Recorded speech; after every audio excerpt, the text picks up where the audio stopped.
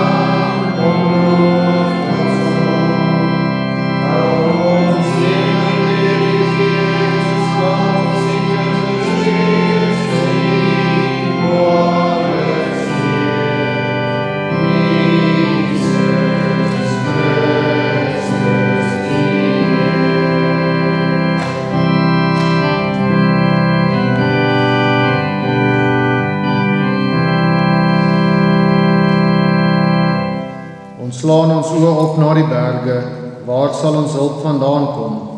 Ons hulp is van die Here wat hemel en aarde gemaak het en trou bly tot in ewigheid. Amen. Ons lofpsalm tot eer van die Here is Psalm 42, verse 1 en 3. Psalm 42, verse 1 en 3.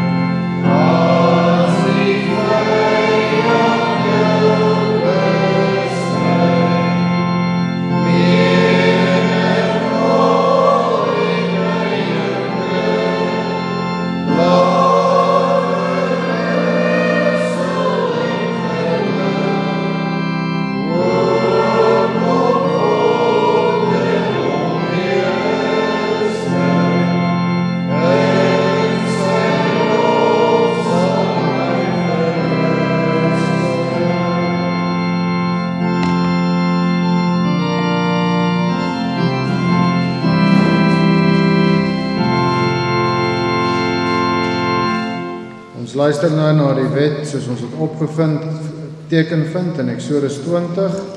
Daarna sing ons vir Psalm 38, verse 1 en 17. Psalm 38, verse 1 en 17. En nadat ons geloof bely het, sing ons Psalm 18, verse 1 en vers 3. So na die wet is dit Psalm 38, verse 1 en 17, en nadat ons geloof bely het, sing ons vir Psalm 18, verse 1 en 3.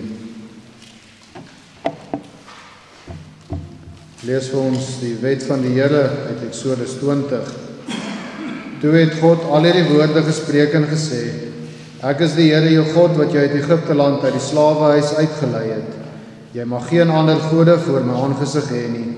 Jy mag vir jou geen gesnede beeld of enige gelykenis maak van wat bo in die hemel is, of van wat onder op die aarde is, of van wat in die waters onder die aarde is nie. Jy mag jou voor hulle nie neerbuig en hulle nie dien nie, want ek, die Here jou God, is die jaloerse God, wat die misdaad van die vaders besoek aan die kinders, aan die derde en aan die vierde geslag van die wat my haat. En ek bewys barmhartigheid aan duisende van die wat my liefhet en my gebooie onderhou. Jy mag die naam van die Here jou God nie uitelik gebruik nie, want die Here sal een wat sy naam uitelik gebruik nie ongestraf laat bly nie. Gedenk die Sabbatdag dat jy dit heilig. 6 dae moet jy arbei en al jou werk doen, maar die 7de dag is die Sabbat van die Here jou God. Dan mag jy geen werk doen nie. Jy of jou seun of jou dogter, of jou diensknegt of jou diensmaagd, of jou vee of jou vreemdeling wat in jou poorte is nie. Want in 6 dae het die Here die hemel en die aarde gemaak, die see en alles wat daarin is, en op die 7de dag het hy gerus. Daarom het die Here die Sabbatdag geseën en dit geheilig. Eer jou vader en jou moeder, dat jy daar verleng mag word in die land wat die Here aan jou gee. Jy mag nie doodslaan nie. Jy mag nie egbreek nie. Jy mag nie steel nie. Jy mag geen valse getuienis teen jou naaste spreek nie. Jy mag nie jou naaste se huis begeer nie. Jy mag nie jou naaste se vrou begeer nie, of sy diensknegt of sy diensmaagd, of sy os of sy esel, of iets wat van jou naaste is nie.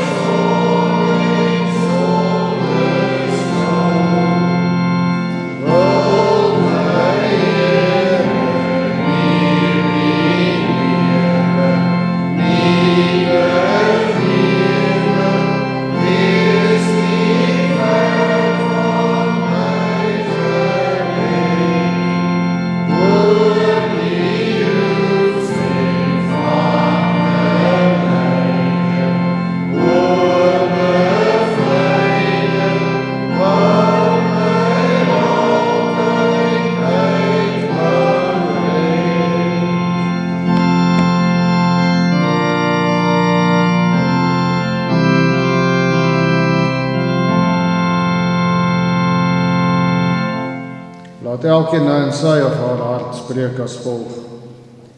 Ek glo in God die Vader, die Almagtige, die Skepper van hemel en aarde, en in Jesus Christus, sy eniggebore Seun, ons Here, wat ontvang is van die Heilige Gees, gebore is uit die Maagd Maria, wat gelei het onder Pontius Pilatus, gekruisig is, gesterf het en begrawe is, en ter helle neergedaal het, wat op die 3de dag weer opgestaan het uit die dode, wat opgevaar het na die hemel en sit aan die regterhand van God die Almagtige Vader, van waar hy sal kom om te oordeel die wat nog lewe en die wat reeds gesterf het. Ek glo in die Heilige Gees. Ek glo aan 'n heilige, algemene Christelike kerk, die gemeenskap van die heiliges, die vergifnis van sondes, die opstanding van die vlees en 'n ewige lewe. Amen.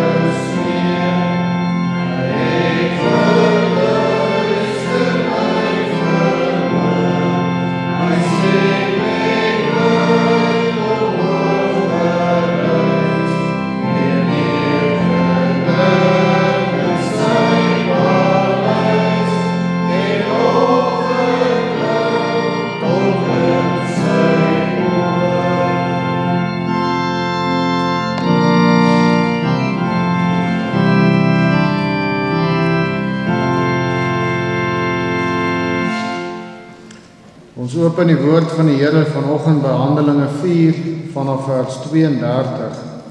Ons lees daar van vers 32 af tot by hoofstuk 5 verse 16. Handelinge 4 vers 32 tot by Handelinge 5 vers 16. Kom ons verenig in gebed voor ons uit die woord van die Here lees.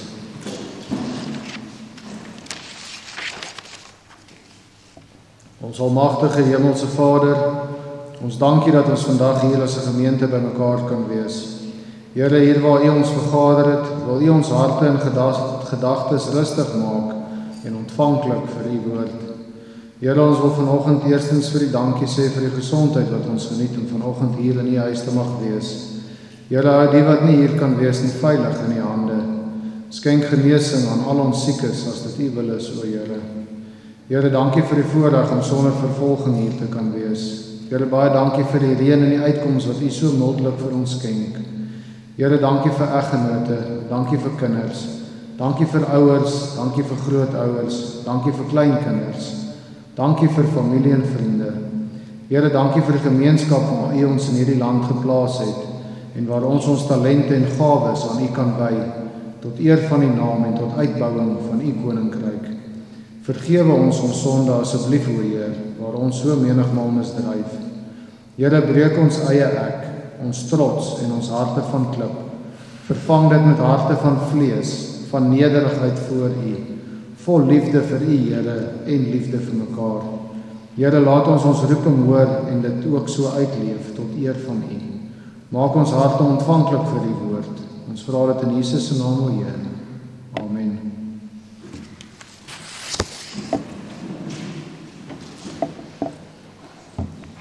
Lees vir ons Handelinge 4 vanaf vers 32 tot by hoofstuk 5 verse 16. Die vrywillige gemeenskap van goedere by die eerste Christene, Ananias en Safira. En die menigte van die wat gelowig geword het, was een van hart en siel, en nie een het gesê dat iets van sy besittings sy eie was nie, maar hulle het alles in gemeenskap gehad. En met groot krag het die apostels getuienis gegee van die opstanding van die Here Jesus, en groot genade was oor hulle almal, want niemand onder hulle was behoeftig nie, want almal wat besitters van gronde of huise was, het dit verkoop en die prys van wat verkoop is gebring en aan die voete van die apostels neergelê. En aan elkeen is uitgedeel volgens wat hy nodig gehad het. En Josef, by wie se bynaam onder die apostels Barnabas was, wat as dit vertaal word beteken seun van vertroosting, 'n Lewiet van geboorte uit Siprus, het 'n stuk grond gehad en dit verkoop en die geld gebring en aan die voete van die apostels neergelê. Maar 'n sekere man met die naam van Ananias het saam met sy vrou Safira 'n eiendom verkoop en ook met die medewete van sy vrou van die prys agtergehou en 'n sekere deel gebring en aan die voete van die apostels neergelê. Toe sê Petrus: Ananias, waarom het die Satan jou hart vervul om vir die Heilige Gees te lieg en van die prys van die grond agter te hou? As dit nie verkoop was nie, het dit nie joue gebly nie. En toe dit verkoop is, was dit nie in jou mag nie. Waarom is dit dat jy hierdie saak in jou hart voorgeneem het? Jy het nie vir mense gelieg nie, maar vir God. En toe Ananias hierdie woorde hoor, het hy neergeval en gesterwe. En 'n groot vrees het gekom oor almal wat dit gehoor het. Daarna het die jong manne opgestaan en hom toegedra en uitgedra en begrawe. En na verloop van omtrent 3 uur kom sy vrou in, sonder om te weet wat voorgeval het. En Petrus het haar aangespreek: Sê vir my of jy die grond vir soveel verkoop het? En sy sê: Ja, vir soveel. En Petrus sê vir haar: Waarom het julle ooreengekom om die gees van die Here te versoek? Kyk, die voete van die wat jou man begrawe het, is by die deur, en hulle sal jou uitdra. Toe val sy onmiddellik aan sy voete neer en het gesterwe. En die jong manne het ingekom en haar doodgevind en haar uitgedra, en by haar man begrawe. En 'n groot vrees het oor die hele gemeente gekom en oor almal wat dit gehoor het. En deur die hande van die apostels het daar baie tekens en wonders onder die volk plaasgevind. En hulle was almal eendragtig saam in die pilaargang van Salomo. En daar was niemand van die ander wat het gewaag het om hom by hulle te voeg nie, maar die volk het hulle baie geëer. En daar is meer en meer gelowiges in die Here bygevoeg, menigtes van manne sowel as vroue, sodat hulle die siekes op die strate uitgedra en op bedde en draagbare gelê het, met die bedoeling dat as Petrus kom, al was dit net sy skaduwee op iemand van hulle sou val. En die menigte van die stede in die omtrek het ook in Jerusalem bymekaar gekom en siekes gebring, en mense wat deur onreine geeste gekwel was, en hulle is almal genees.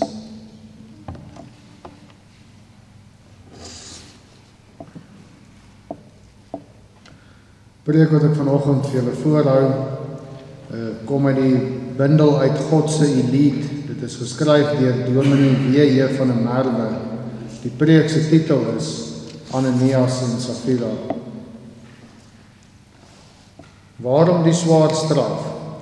Hulle het tog 'n goeie daad gedoen. Hulle het 'n gedeelte van hulle verkoopprys aan die kerk gegee. Dit is tog 'n mooi gebaar.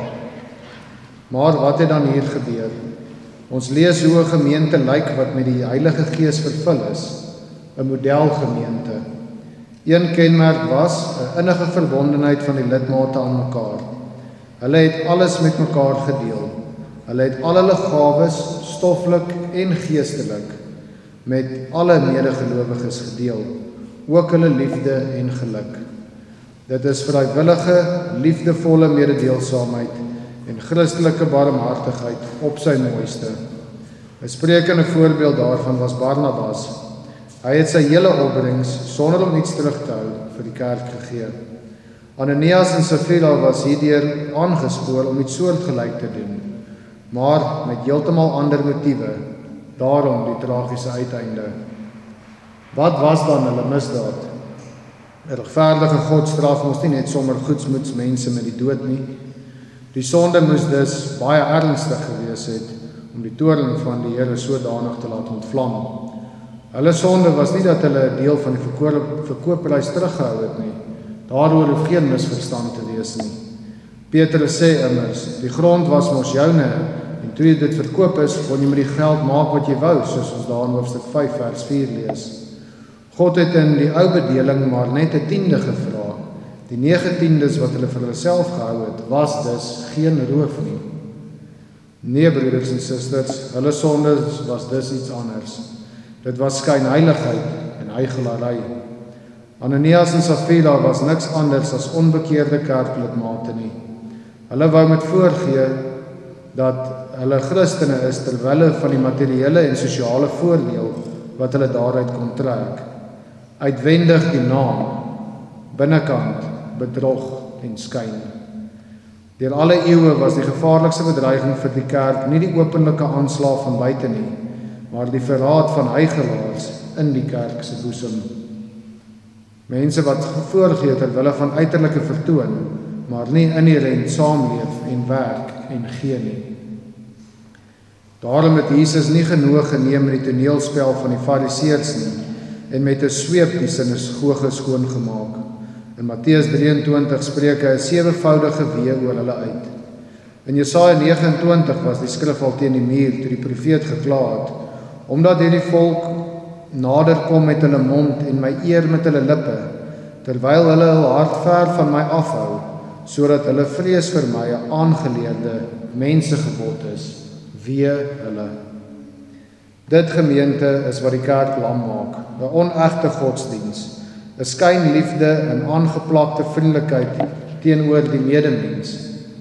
Die apostel Johannes waarsku as hy in 1 Johannes 1 vers 6 sê, as ons beweer dat ons aan hom deel het en ons lewe in die duisternis en twis met ons bure, lieg ons en handel ons nie na die waarheid nie. Hoe dikwels laat ons nie gebruik as werktuie van afbreking in plaas van werktuie van God tot opbou en meelewing nie. 'n Stille verset doen meer skade as wat tientalle pogings tot opbou kan vermag. Daarom is eerlike en openlike diens in die kerk van God, opregtheid in die dankbaarheidslewe van die gelowiges. Goeie dade wat uit ware geloof voortspruit, volgens die wet van God is en tot sy eer gedoen word. Wat moet ons nou hieruit leer? In die eerste plek is godsdiens nie 'n naapery nie. As Barnabas deur die Gees van God gelei word om iets uitsonderliks te doen, beteken dit nie dat Ananias en Safira presies dieselfde moet doen nie. Godsdiens is nie duplisering nie. Romeine 8 vers 14 sê dat die Gees elkeen lei soos dit hom behaag, en hy lei elkeen met sy eie gawes, persoonlikheid en uniekheid. Geen dominee is dieselfde en doen presies eenders nie. Daarom kan 'n gemeente deel in die verskeidenheid wat God gee en soos God bepaal. Geen ouderling of diaken is dieselfde nie. Daarom kan gelowiges in die ampte deur hulle lewe heen deel in 'n ryker verskeidenheid. Geen gelowige is dieselfde nie. Daarom gebruik God u almal met u ryke verskeidenheid om in alle fasette van sy koninkryk diensbaar te wees. Ook geen gemeente is dieselfde of kan vergelyk word met 'n ander nie. Elkeen is 'n eie volle openbaring van die liggaam van Christus. Mense verwag dat alles wat destyds op die eerste groot Pinksterfees met die kerk gebeur het, vandag weer net so moet gebeur. Byvoorbeeld om in tale te spreek, om jou te bekeer en om jou groot te laat doop en so meer. En alles word gegrond op die argument dat dit die prosedure in die eerste gemeente was. Tog eienaardig dat hierdie mense nie telkens kan getuig van 'n groot rukwind en tonge van vuur wat daarmee gepaard gaan nie. So was dit ook in die eerste gemeente. 1 Korintiërs 12 vers 11 sê, die Heilige Gees gee sy gawes soos hy wil en ook aan wie hy wil. Elke mens wat die Here gemaak het is uniek. In sy genadewerk het hy op 'n unieke manier met elkeen van sy kinders, en dit bring mee dat elke gemeente ook uniek is. Ons leer tweedens dat goeie werke niemand kan red nie. Die Jode het letterlik geglo dat liefdadigheid jou sondes bedek en vir jou skatte in die hemel opgaar. Elke goeie werk word tot jou krediet gereken. Ananias en Safira het gemeen hulle kan hulle plek in die hemel koop met geld en 'n skynbare goeie daad met verborgde motiewe. Hierdie teologiese dwaling het in die kerk se geskiedenis al onnoembare skade gedoen. Die skrifwaarheid is dat al jou goeie dade en verdienste jou hoegenaamd nie kan red nie. Net geloof in Jesus Christus en sy verdienste is daartoe in staat. Maar dan ook 'n geloof wat aan sy vrugte geken kan word. Goeie werke uit dankbaarheid. En dan nie net in die kerk nie, maar ook op sosiale, ekonomiese, politiese en op alle ander vlakke van die lewe. In die derde plek leer ons dat alle sonde teen God is. As 'n mens met die kerk te doen het, het jy met God te doen. Jy kan mense bedrieg. 'n ouderling of 'n predikant in die kerkraad beskimp en sogenaamd nog verbykom. Maar die kenner van ons harte kan jy nie kil nie. Petrus het vir Ananias en Safira gesê, jy het nie vir mense gelieg nie, maar vir God, soos ons daar in hoofstuk 5 vers 3 en 4 lees. Sonde is altyd sonde teen God. Toe Potifar se vrou Josef wou verlei, het hy gesê, hoe kan ek hierdie groot kwaad doen en sondig teen God? Die verlore seun het gesê, Vader, ek het teen God en teen u gesondig. Na sy oorspel met Batseba het Dawid gesê, teen u en u alleen het ek gesondig en gedoen wat kwaad is in u oë. Laat ons altyd in gedagte hou, broeders en susters, dat as die versoeking kom en ons daaraan toegee, dan tas ons bo en behalwe ons eie selfrespek en goeie naam van 'n ander, ook in die eerste plek God se eer aan. Dit lei tot selfvernietiging. Vierdens moet ons hieruit leer om ons motiewe suiwer te ontleed. Vir Ananias en Safira was selfsug die motief en nie dit wat hulle uiterlik voorgegee het nie. Hulle wou soos die Fariseërs hê die mense moet hulle goeie daad sien, daarin eer en aansien by mense opwek en met 'n goeie neseier staat maak op die mededeelsaamheid van die res van die gemeente. Laasgenoemde was immers die praktyk in daardie gemeente, 'n ongeëwenaarde mededeelsaamheid. Ek verwys hier weer na die kostelike uitspraak, naamlik, Vir elke daad het 'n mens 'n goeie rede en dan 'n ware rede. Daarom moet ons motiewe suiwer wees in ons handelinge. En 'n motief is eers suiwer as dit in gehoorsame liefde aan God gedoen word en met 'n eerlike liefde teenoor jou naaste. In die 5de plek leer ons hier dat daar in die kerk van Jesus Christus streng tug moet wees. In die liggaam van Christus, sy kerk, mag sonde nie verdra word nie. Dit mag nie ooglykend gesanksioneer word nie, maar dan as die gevolg van onverdraagsaamheid teenoor 'n individu nie, maar wel uit liefde vir God, uit eerbied vir die heiligheid van die Here en uit liefde vir die sondaar, want God soek bekering en 'n lewe tot sy eer.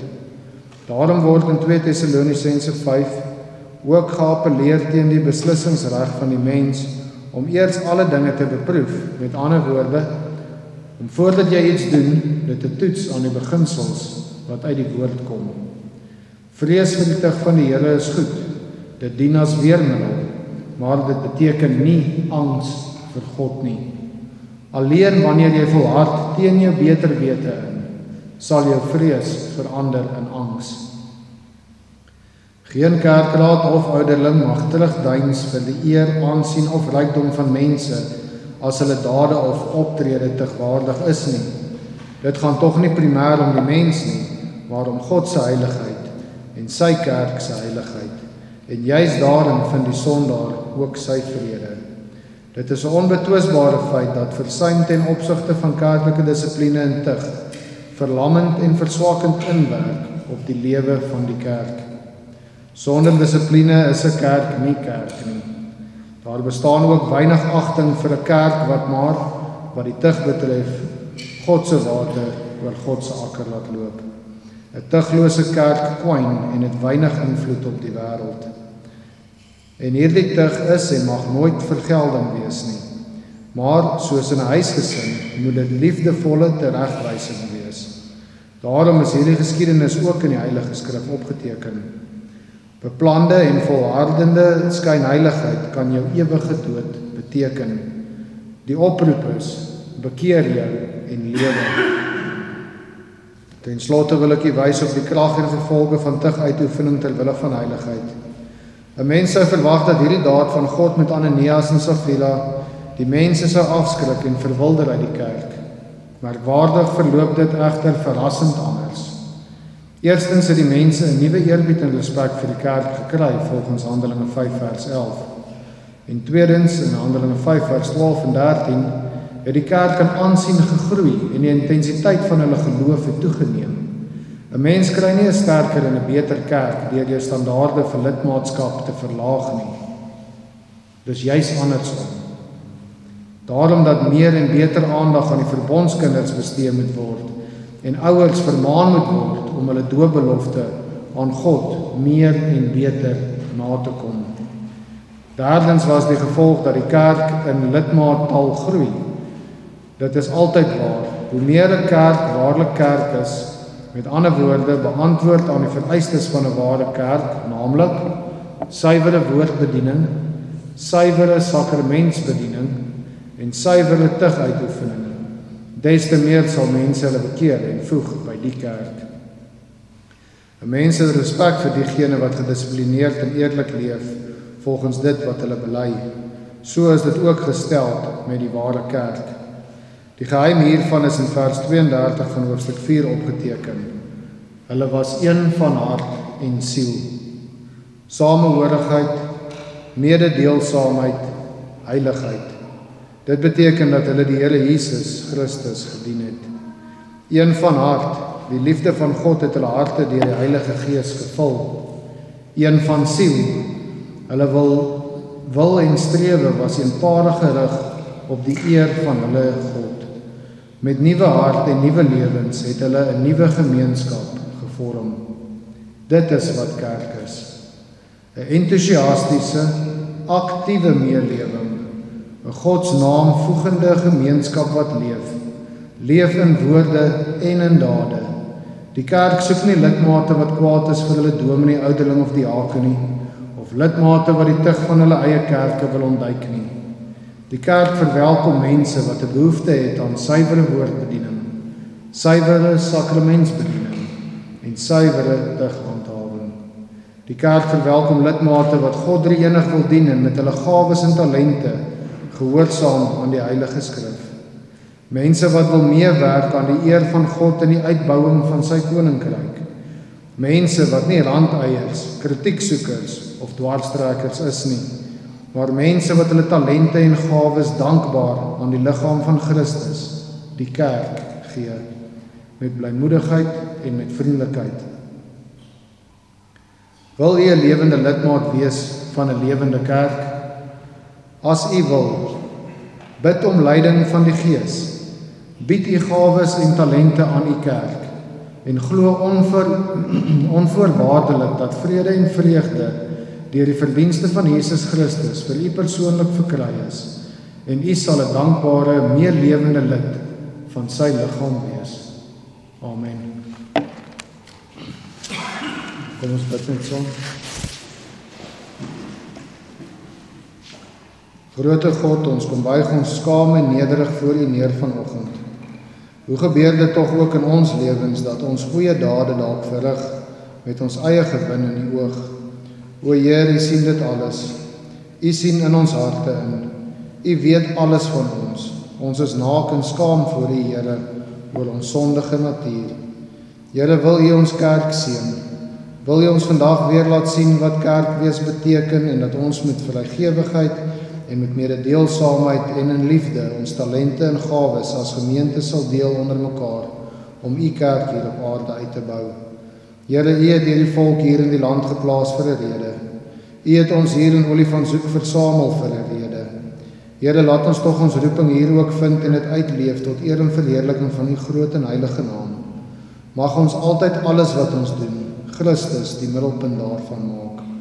Wees asseblief genadig, o Heer, oor ons sondaar mense. Amen.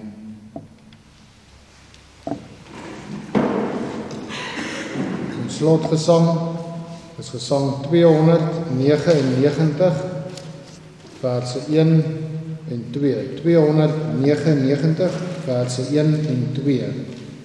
Ek weet verseker, Jesus is Heer. Hy het my sonde uit liefde vergeet. Ek was verlore, maar is gevind. Nou het ek vrede, ek is God se kind. Hy is my leidsman, hy laat my leef. Hy is oorwinnaar, hy is die Heer. Uit sy genade, liefde en trou, weet ons hoe God sy kinders behou. Yeah.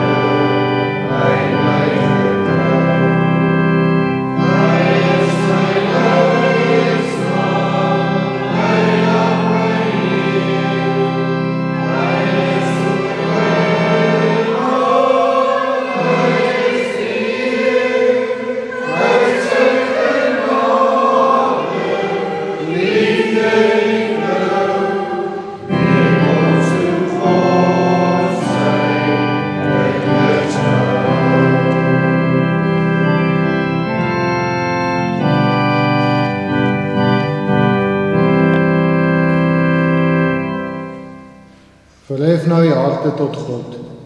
Die Here sal jou seën en jou behoed. Die Here sal sy aangesig oor jou laat skyn en jou genadig wees. Die Here sal sy aangesig oor jou verhef en aan jou vrede gee. Amen.